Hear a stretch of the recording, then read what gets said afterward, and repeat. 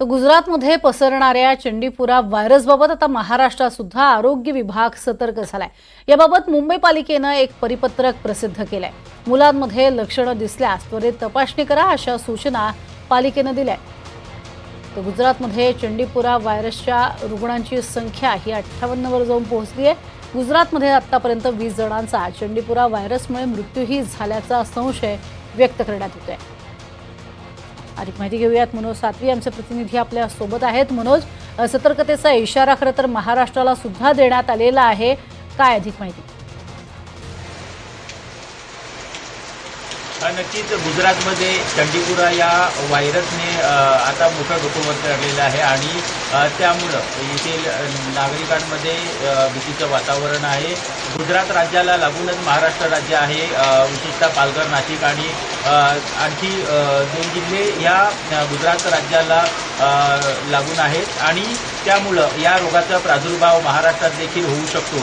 यासाठी राज्याच्या आरोग्य विभागाने सतर्कता घेतलेली आहे आणि तसे सूचना या आरोग्य विभागाने दिलेल्या आहेत आणि त्यानुसार हा चंडिका व्हायरस आहे तो ज्या कीटाणूमुळे पसरतो तो गोठा असेल किंवा ज्या भिंती, घराच्या भिंती आहेत त्या भिंतींमधील भेगा असतील किंवा कचऱ्याचा ढिगारा असेल, या ठिकाणी हा कीटाणू हा सापडतो आणि त्या कीटाणूमार्फत हा जो चंडीपुरा व्हायरस आहे तो पसरतो आणि त्यामुळं विशेषतः 15 वर्षाखालील जी मुलं आहेत त्यांना जे आजार होते, चक्कर येते, याची खास करून लक्षणं आहेत।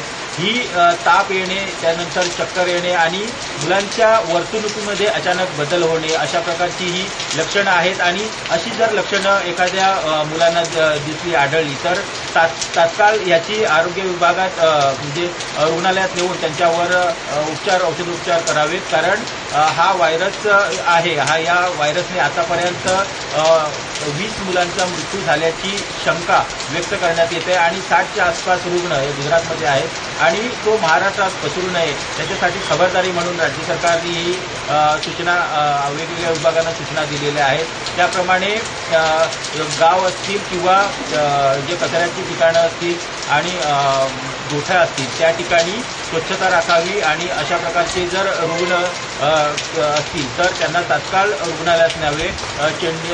चंडीपुरा आणि डेंगी यांचे साधारण जी लक्षणं आहेत ते त्याच्यामध्ये साम्य आहे, त्यामुळं अशा प्रकारचे रुग्ण आढळल्यास आरोग्य रुग्णालयात त्यांना तात्काळ दाखल करून त्यांच्यावर उपचार करण्याच्या सूचना या आरोग्य विभागाने दिलेल्या आहेत। नक्कीच मनोज, धन्यवाद या संपूर्ण माहितीसाठी।